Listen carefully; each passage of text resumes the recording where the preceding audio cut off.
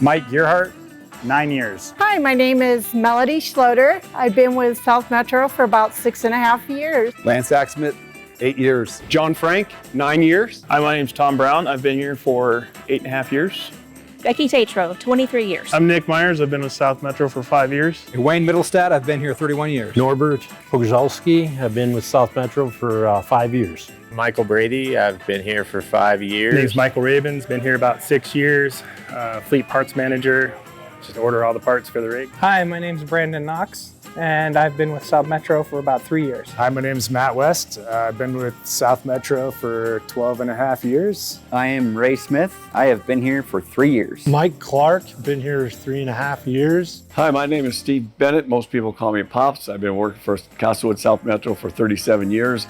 I've been in Fleet for 5 years. Fleet is all of us. It is like a family to everybody here. This team we have here it's like my second family. Well, as far as South Metro goes, Fleet is, I kind of like to think of us as the backbone. We make sure that the truck starts, stops, pumps, and gets to the call. And with that, the citizens are much better off. We get along very well here. So we have 16 people that work for Fleet. John, myself, Becky is our bureau assistant. Then we have 2 parts and a lead technician, and Matt is our upfit manager. Fleet in South Metro Fire Rescue, we are what the internal 911 for our customers.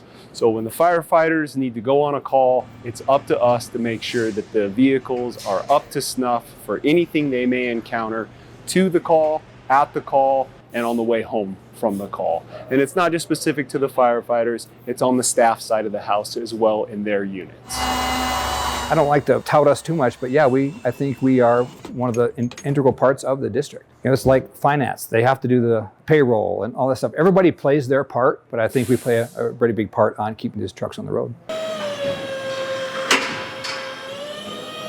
We have aerials, we have engines, we have, the fire apparatus you see rolling down the road, emergent. We also have a fleet of trailers, we have staff vehicles, we have a little bit of everything. Fire apparatus, they hold a lot of water, they're really heavy, and so we have specialized equipment that can actually lift them, as you can see.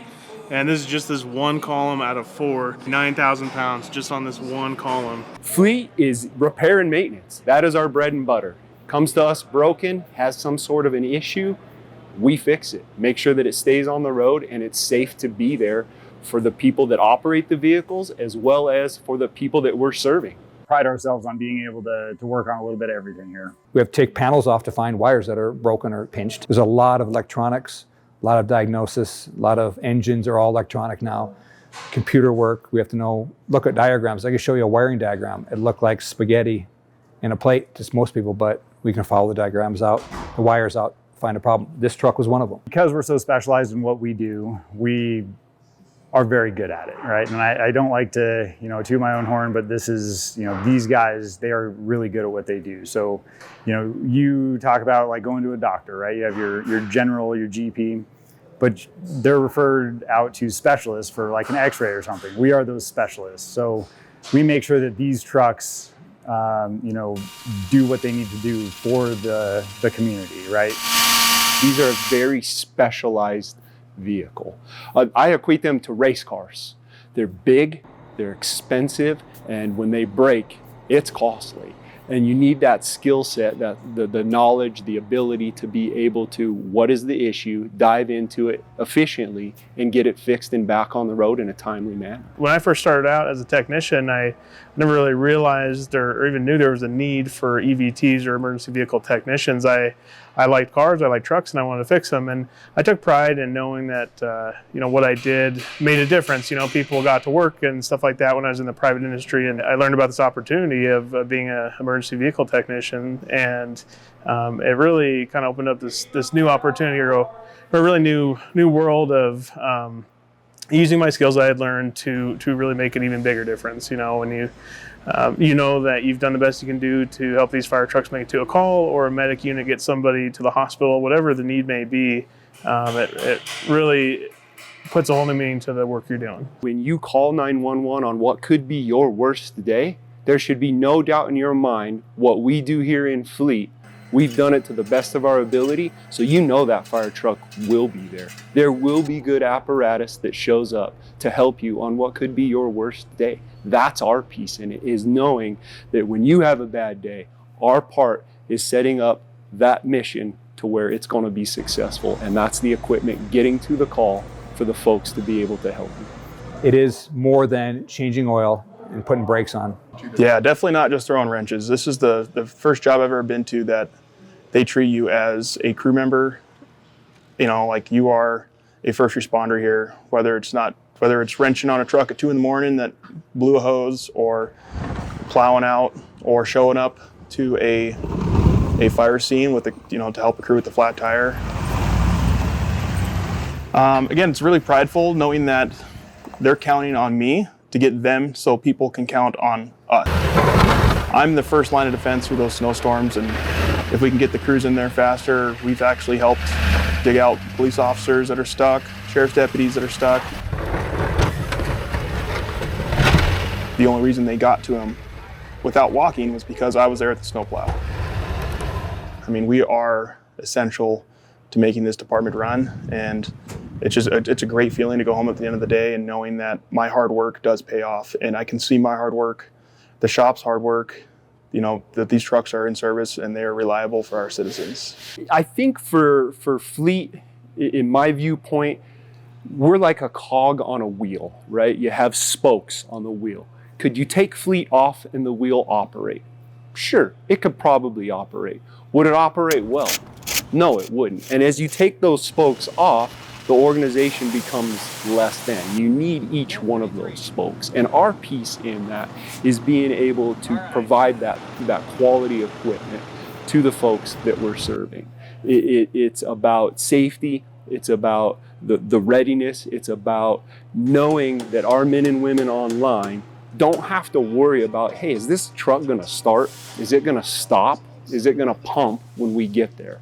They don't have to worry about that because we've already taken that worry, we've shouldered it, and made sure that all of that stuff is right where it needs to be when the tone goes off at the firehouse. Obviously, bigger trucks, bigger tools. A lot of the nuts and bolts are the same, but as you referenced, the lug nuts, the tires, everything's just bigger, right? The trucks themselves are bigger. There aren't very many trucks on the road that are as a single unit as long as these or as heavy as these. We have a little saying, we save the world one truck at a time. That's what I like to do. I know something comes in and it goes out fixed, repaired, and ready to work. So we have equipment today that still is on the road after 25 years. And that is because of the maintenance and repair that we do here in Fleet. So it's not we trade it in every 4 years like some folks do with their personal vehicles. Some of this stuff will be on the road for over 2 decades. So it's not we're constantly in and out the door. It's we're maintaining them, we're keeping them, they're a part of our day-to-day for many years. If you look at the average vehicle out on the road, it's less than 7 years. I encourage everyone, the next time they're at the stoplight, look around and try to find a vehicle over 20 years old. You'll find it from time to time, but you're not going to find it on a regular basis, where some of our apparatus is that 20 plus years old, still operating, still serving the general public. And to me, that is good responsibility here at South Metro. We try and repurpose vehicles within the department. We put this in service in 2008. Dive 16, the old Dive 16, is going to be repurposed to logistics, so they can use that as their delivery van. When a vehicle reaches the end of life here at South Metro, it does not mean the vehicle end of life. I'm here with Chief Chris Mills, District Chief here at Chatham County Fire. Chief, what are we standing in front of? We're standing in front of a 2006 Sutphen SPH 100. It looks very, very familiar. I think it should look very familiar. This unit was refurbished by Brindley Mountain Fire Apparatus and reacquired by us, and is now used as a first out apparatus for us. Our reserves are always in very good shape. So, when they leave here, a lot of the times they're bought by smaller departments that don't have the budget to go buy a brand new off-the-line truck. I'm on Whitmarsh Island, which is near Savannah, Georgia, This one is the second truck. This was South Metro 345. It's now 308, which is truck 8. So it is really cool to see trucks like the one down in Savannah. You know, that was one of our Sutphens that we auctioned off probably 3 years ago now.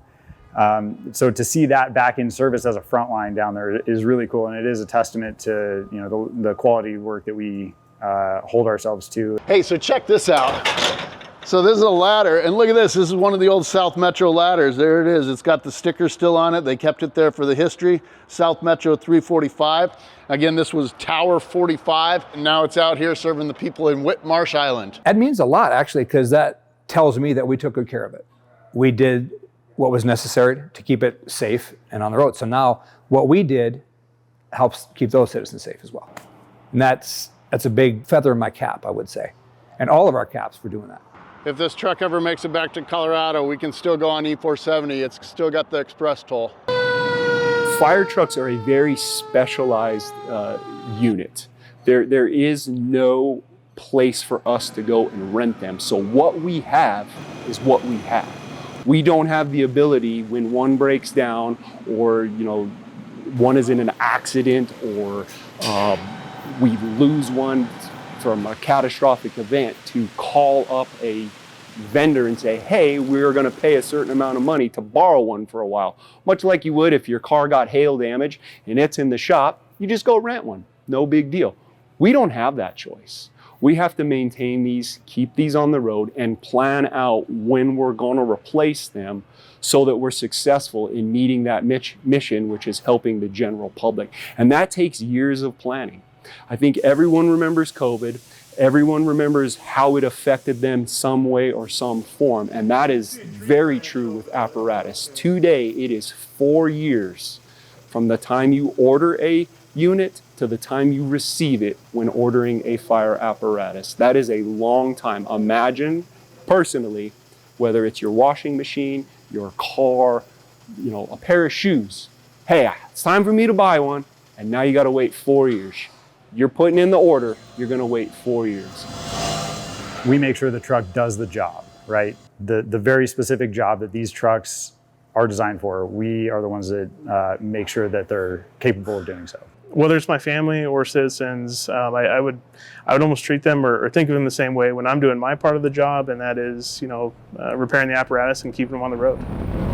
We take a lot of pride in this stuff because, we see what it does on a daily basis. They're out there trying to save the citizens, help the citizens, and we're here to help them. When I see one of these trucks driving down the road, it kind of throws a lot of pride your way, like knowing that you had a strong hand keeping that truck on the road and knowing that those guys are safe. They're a crucial part of what we do in our day-to-day to be able to help folks on what could be their worst day when they need our assistance. So it's not cheap. It's not cheap to maintain them. It's not cheap to acquire them. And without the general public supporting us, we wouldn't be able to have that equipment on the street.